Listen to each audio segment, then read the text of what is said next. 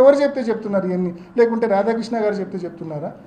ఎవరు చెప్తే ఈరోజు మాట్లాడుతున్నారు? ఎవరో ఒకరు చెప్పండి, మీరు మాట్లాడరు కదా దీని ప్రకారము.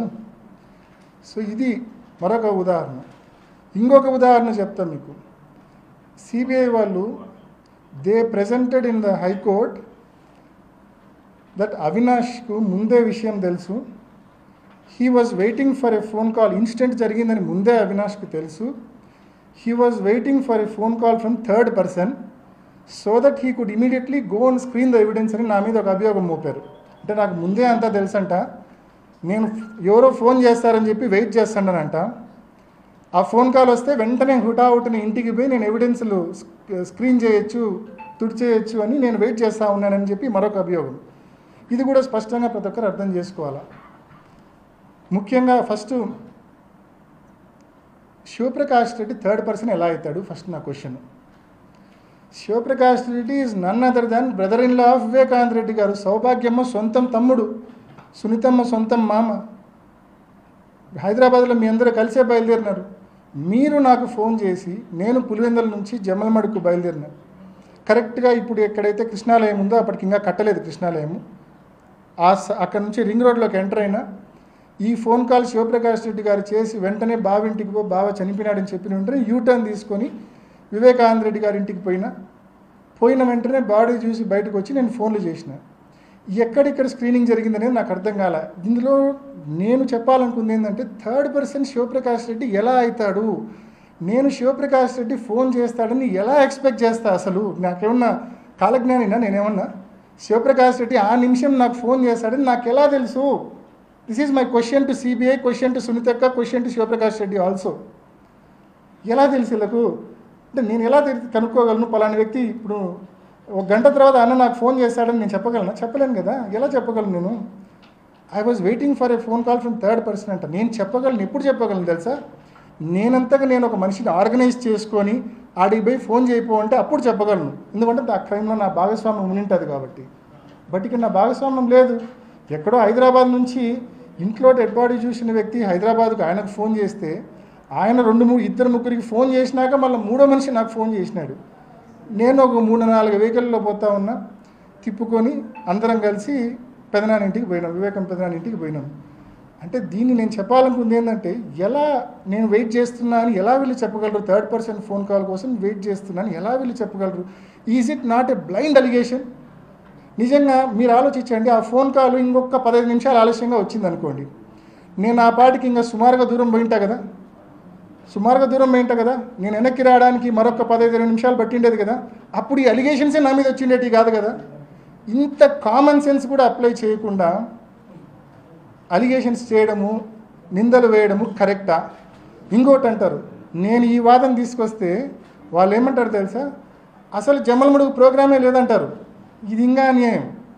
జమ్మలమడుగు ప్రోగ్రామే లేదు, అంత హంబక్, ఆడ ప్రోగ్రాం లేదు, పాడు లేదని చెప్తారు.